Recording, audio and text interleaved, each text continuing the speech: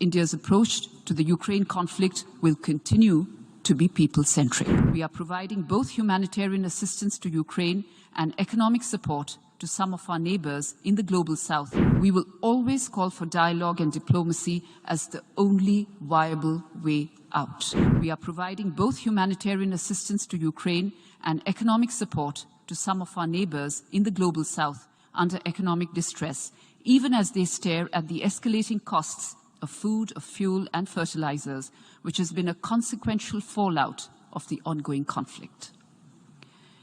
Mr. President, the overall objective of today's resolution, seeking a comprehensive, just and lasting peace in line with the UN Charter, is understandable.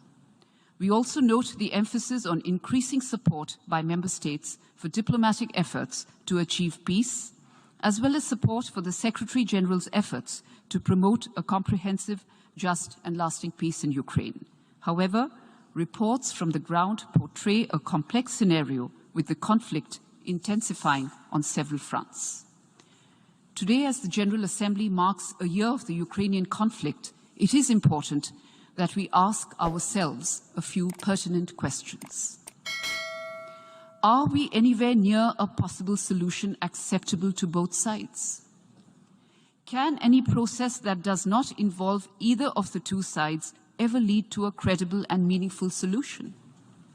Has the UN system, and particularly its principal organ, the UN Security Council, based on a 1945 world construct, not been rendered ineffective to address contemporary challenges to global peace and security? Mr. President, India remains steadfastly committed to multilateralism and upholds the principles of the UN Charter. We will always call for dialogue and diplomacy as the only viable way out.